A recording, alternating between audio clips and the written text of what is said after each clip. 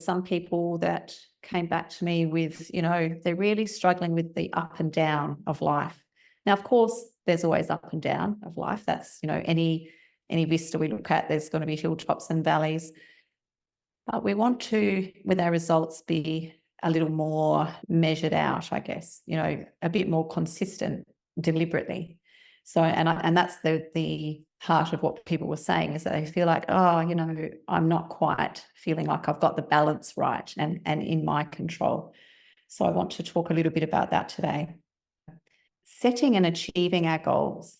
We've got simple tools to use, and I lately am feeling like this self-help industry has complicated things, almost made an industry out of something that's quite simple. Having said that, I'm aware that it's a practice, even though it's simple.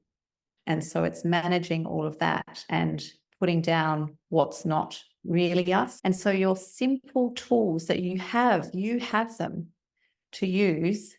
They're effective. They're ready to go. We want to allow what we want for our life to happen. We want to see real progress here. I'm not into just, getting ready to be ready. I want real progress in my life. And that's the goal, above all goals, is progress. Now, this week with the clients, I'm talking about quantum leaps. And sometimes it's time for one of those as well. If you feel like you're standing on an edge and you're like, I can't see what's next, it's possible that it's a quantum leap is next. When you feel like things slow down and maybe they start to fall away and you think, what is going on? Well, perhaps you're there. Perhaps you've achieved some things and you feel like it's been you and it's authentic. And now you're looking at thinking, what's going on? Everything's slowing down, or you're up and you're down. What can be happening there is that we gear ourselves up and we try, even though you might not find it hard, but you're trying. And then when we take away the trying, it doesn't have a life of its own. It doesn't seem to keep going, and we can't maintain the trying. And really, when we talk about a quantum leap in our results, it comes back to stopping the trying. Your desire, and I want you to grasp it right now, the thing you want, we've been talking all the last 2 days, the things that you want, you might be even closer now to realizing a little bit more about what you want. I want you to know it's like a little nucleus that has everything it needs. We don't need to make this happen. Your desire has everything it needs, and it has its own patterned plan that it's going to unfold in a certain way. So that's one thing we need to really grasp, I think, as human beings, because we love to get the idea and then start mapping out how we think it will or should come. And there's others who've gone before us, and we have experts in fields that say, it'll be this way, that way, you must do this, you must do that. I'm starting to understand that we limit ourselves, always looking to others to say it has to be this way. So I want you to, one, understand that your goal, the thing you want, that maybe you're up, some days you're achieving, other days you're not, that outcome has its own unfolding. And it might be highly probable that it is, that we are getting in the way. Okay. And sometimes we make it happen and it works, and other times we don't. And we feel like, therefore, that it's dependent on what we do. But really, it's dependent on us being who we are, authentically us. And if we will do that, if we will put down all the trying, all the trying to figure it out, and I'm going to go through a bit of a framework in a minute to help you with that. If we'll put down everything that's not us, we're so conditioned as humans to do that we don't even realize it doesn't feel good. We're just doing it because that's what you have to do. But I can absolutely assure you that the essence of your desire has its own way, and it's your desire because you have what it requires in order to be folded out in its own unique way. I like the word unique. To me, it's you. So it's you, niche. That's how I see the word unique. It's your niche, and there is no other you. Might be similar, but it's not you. And so the first understanding is the basis of life, the very basis of life is freedom. So let's start there. The basis of life. Now, your desire is the life in you looking for expression, uniquely with and through you, freely. It wants freedom of expression. And as I say that, and you're thinking of your desire, I want you to write down any words, any thoughts, feelings, anything that comes to you when I say complete freedom of expression. Complete freedom. If you knew you could express this desire in any way whatsoever, completely off the Richter scale, how would you want to do that? I've got a couple of programs I run now that are mine, and they came when I felt my life just fell in a hole, and I had 12 months living across the ocean, and I sat there and I honestly just put it all down and said to the universe, I know I want this. I have no idea how it looks. And so I asked the question, how am I to bring this to the world? And the things that came up are the things that I then produced, and I love them. And I had experts in the field, I'm talking marketers who are experts in the field, say to me, these are probably not the best idea. And I just said, well, they feel good. I like them. I like them. I wasn't doing them for the people I was doing them for. I did them first and foremost because I enjoyed expressing it that way. That's really important. Your desire is for you, first and foremost. If you're not enjoying the way you're expressing it, it's time to put it down amidst the fear that rises when we do that, when we stop, heaven forbid that we stop and don't produce anything for just a little while. Create some space and ask the question, what is it? What's the unique way? So in that basis of life, the freedom of life is that what's looking to be expressed. It wants freedom of expression. So whatever you can possibly imagine. Remember, our imagination is a little hemmed in by our habitual way of thinking. So set it free. Spend some time with some young children. That'll do it. Go to some children's movies. That's another way of freeing up your imagination. It wants expression and expansion. So it's not just what you're doing and what you're expressing, but how much. So I want you to take the ceiling off. Really think big. The universe does not do insignificant.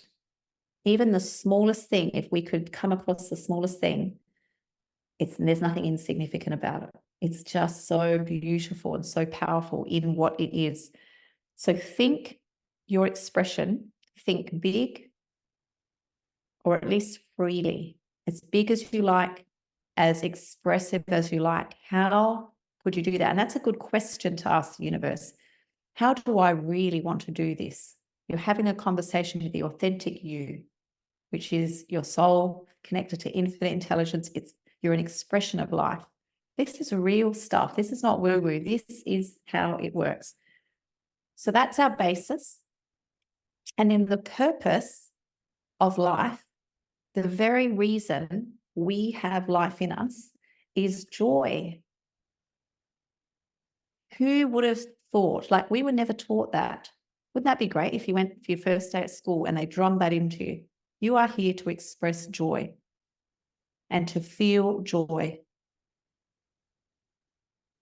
It feels good, like more than good.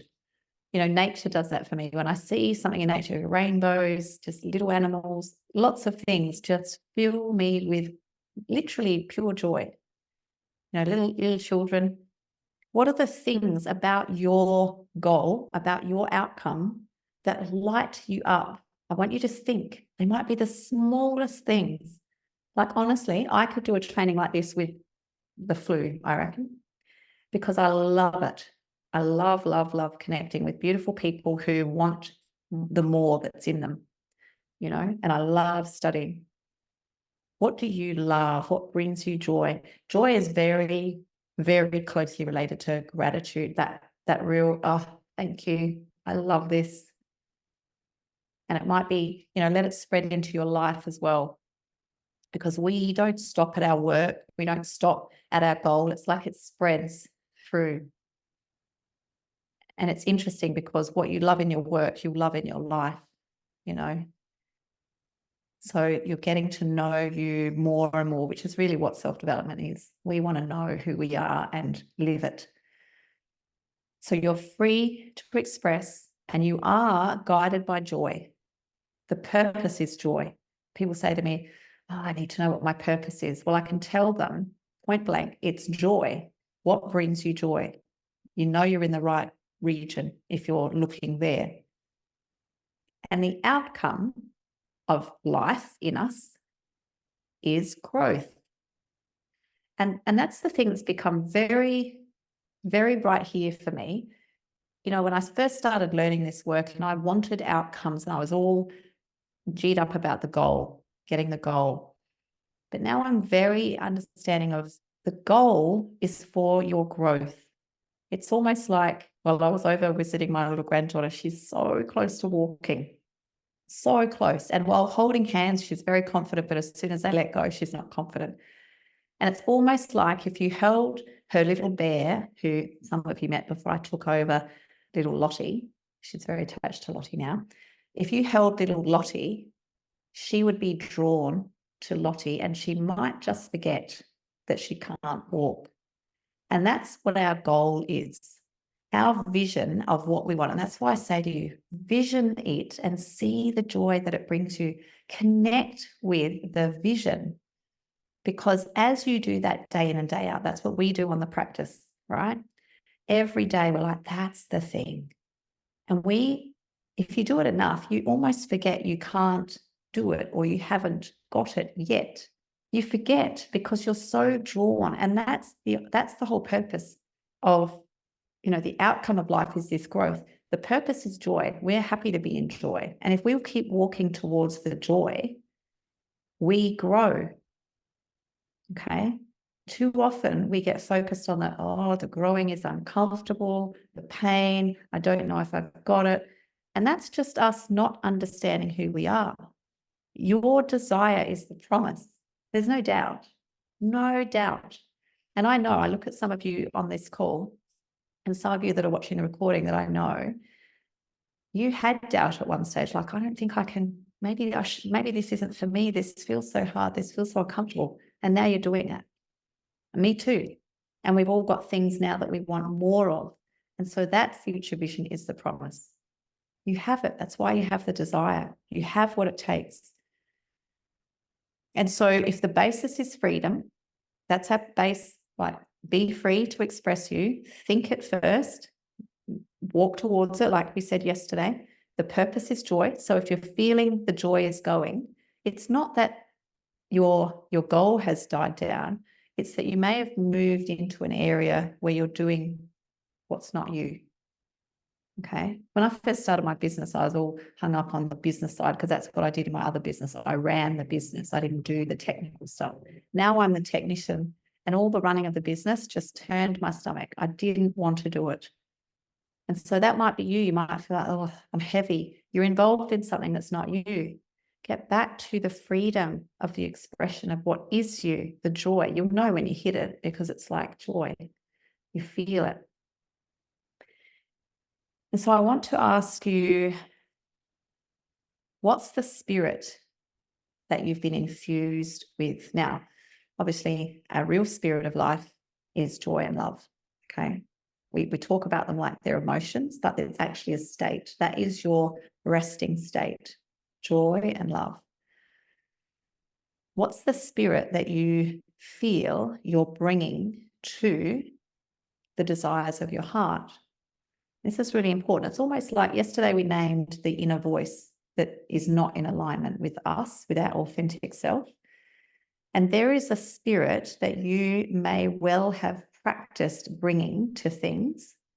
Mine, I could pretty confidently say mine was one of a victim. Okay. I'd practiced that for a long time. And you might, if you looked at my life, you might have said, yeah, with good reason. But nevertheless, I'd practiced that. And once I was no longer that.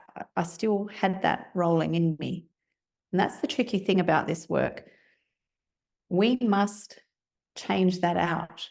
As soon as we're conscious of it and you're in a conversation with your other identity there, that'll allude to it. When you hear those voices that you think, that doesn't feel good, what's that conversation?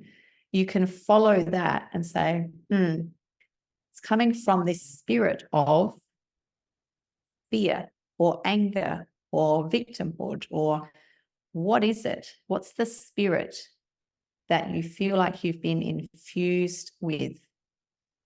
Because the very authentic soul of us is love and joy.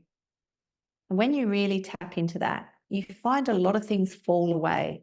Judgment, I found, was one of the first things. Well, I felt confident as I practiced the spirit of love and joy unconditionally. It's not I don't feel love and joy because everything's great. I feel love and joy because that's what I'm full of. That's the spirit of life in me.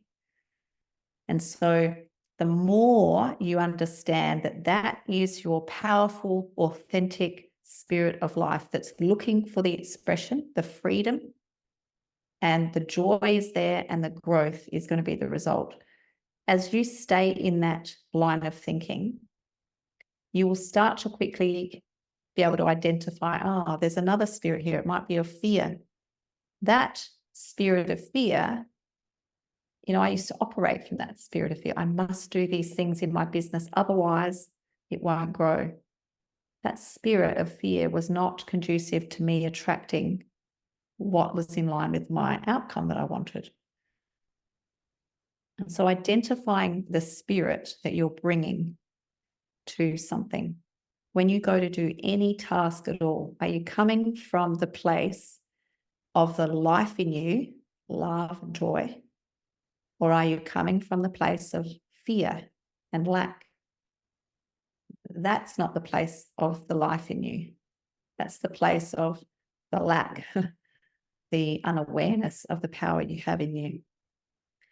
We talked a little bit about relationships yesterday, and that really changed my world when I started to understand if I will just allow myself, let myself express freely from the place of love and joy. And I really started to notice, and I still do, when I feel a mood or a feeling coming over me and I think, what's going on in this little thinking machine here? What am I thinking? What's the inner conversation? It's not in line with love and joy, and I might find myself judging. Family's a good one. It seems to fly under the radar a little bit. So I'll be aware that, I'm judging them, or feeling they're blaming me, or all of that stuff. You can get tangled up in it. And as soon as you hop back into, okay, the authentic life in me is love and joy. And you will express a lot very powerfully from that state of being. And you don't have to try to get there. You just have to put down everything that's not that. That's what sometimes I felt like I was like this, like, okay, I've got all this stuff to put down. Just give me a minute, carrying all this other stuff. So it's not like you have to pick it up. It's in you. It's powerful, but it's not forceful. Okay. So your authentic self is always there. You will feel it. But if you're over here operating from a place of lack and fear and blame and all of that, you won't feel it. Okay, it's buried under all of that. And when we really understand that's who we are, and that's a day by day, moment by moment, some days, realization, remember who I am, remember the power that's operating in you, you will find, because you'll take the pressure off yourself, you'll stop trying, and you'll start aligning more, one with the outcome. It's funny, I was looking the other day, studying the name of God. The name of God in some manuscripts, if you like, is Jehovah. And I was studying what Jehovah meant in the Hebrew. And it's 4 letters. And it thrilled me to pieces to understand that that name, which is creator, it tells you the creation process. And it basically is 1, awareness, just general awareness. So you're aware of being. The second one is awareness of something. That's your desire. I'm aware of what I want. And then the third one is awareness of being that. So it's general awareness, then aware, and that stands right now. If you're in a state where it's up and down and you feel like, I just don't know how to get control of this, that's an awareness. Great. Now, what am I aware of that I want that's looking to be expressed? You've got that awareness of it. Then you want the awareness of being it. That's the third one. And we read it in so many of the authors that I study. They all say the same thing in their own way. And the fourth step is letting it be, like letting go of it, not wrestling it to the ground and making a 5-step plan or any step plan, just letting yourself be it and let it go. That's where the trust comes in. That's the creation process. And when we find ourselves hustling, then we're in that doubt and fear. And it's phenomenal to me. It's certainly a practice because the world, the society we live in doesn't subscribe to that.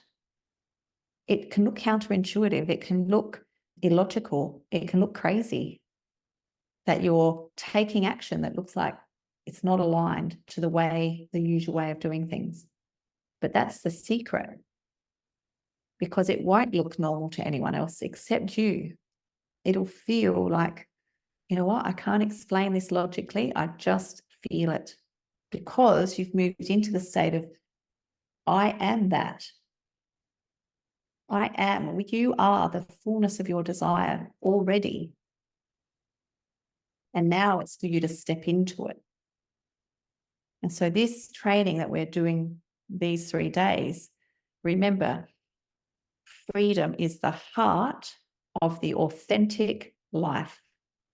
So the heart is your courage, this is you, what you feel at the very core of you. Authentic is you, uniquely you. Don't try to be anything else. And then the life is that power you have. It's on tap. It is constantly flowing to and through us. We never have to worry about a shortage of love and joy in us. In any situation, it's not dependent on the outside, but it is looking to be expressed outside in the way that you feel to do that. So here's an exercise. I guess the whole thing is an exercise, really. I remember when I was a mum with girls at home, and my goodness, the washing was endless. And on the weekends, it was the same. And it wasn't like 3 times a week you wash. It was like I was washing 3 times a week with 8 loads of time. And it was just like, oh. And I remember being at the washing line on a Saturday afternoon, hanging out the clothes and thinking, oh, there's no end to this. I feel so frazzled and worn out, and I'm running here and there with all the girls. And then I had this thought, came not from me, infinite intelligence, I believe, said, one day you'll have 1 load of washing for the week. And it really hit me. I thought, oh, that'll be because it's just me and my husband. Just 1 load. And I felt immediately almost reprimanded that here I was grizzling about the busyness of my life when I actually loved it. Did I love being a mum? Yes. And I thought one day it will be over.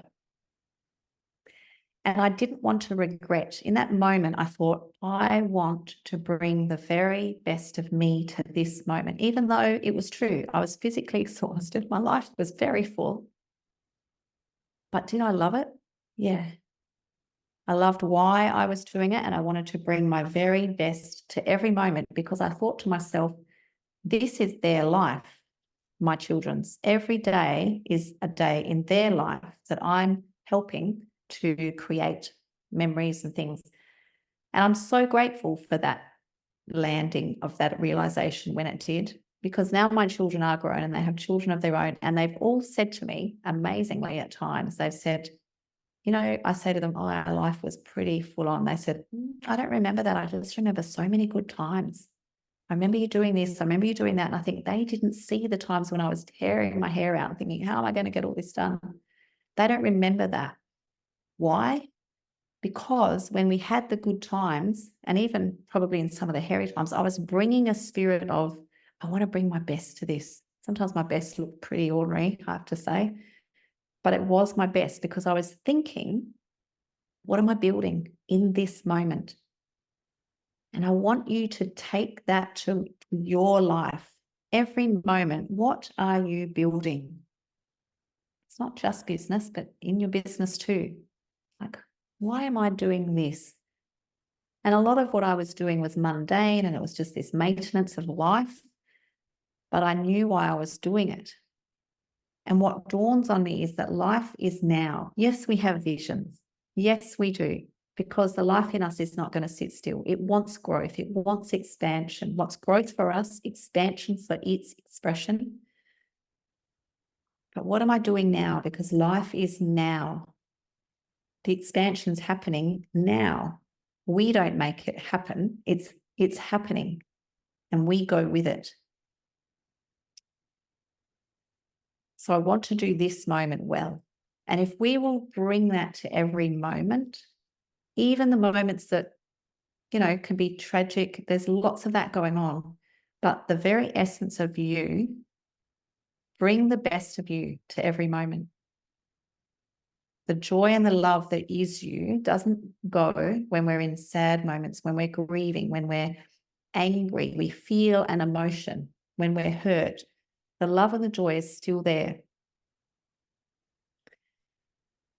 And so in line with that creation process, the questions that I like to ask myself, what am I building? And I want to see it. What am I building? See it in your mind. My beautiful friend and mentor, Bob Proctor, used to say that to me ad nauseum. If you can see it, you can hold it in your hand, if you can see it in your mind. But we've got to see it there first. And if we've slipped and are just seeing the lack and what we're not achieving, that's become your goal. And so it is a discipline. Discipline means you have a choice. So you have a choice as to look at what's not there or what you have right now and feel into your now. What am I bringing? What's the spirit I'm bringing to this? So see what you're building. And I ask myself, how long have I held the vision? I see the vision and I think, how long have I held that? And I want you to ask yourself, how long have I been holding this vision of what I want, or even what you may not like? You think, how long have I been in this place? Am I lining up with the vision? Because the vision can come like that. You can see it in your mind. All that's missing from the vision is me being that, just like that creation process. I can see it, now I've got to be it. And that's a daily walk. And I'm more and more serious about that. Like, if I really want this expression, and I want you to get serious about the expression that's in you, because it's life. This is not a game as in, do I want it or don't I? Life wants to produce this through you for goodness knows what reason. The lives you'll touch, those people you'll affect on their way to their more. Really take it seriously. Are you lining up with it? Be it in this moment, in the best way you can. And will I decide to do it? This is big. Decisions are every day, every day. I've done it every day, especially around what I'm doing now. It's been a very conscious decision because it scared the pants off me. If you knew where I'd come from, this is not who I was. So I write, when will I decide to do it? I want to free myself. If the basis of my life is freedom, I've got to be free. Am I going to step into that today? If not today, when? Am I getting ready to be ready? Or am I saying, okay, it's game on. I'm ready. I'm going to step into the freedom. I've decided. Draw a line in the sand and say, this is no longer me. I'm not going to talk like that. I'm going to talk like this.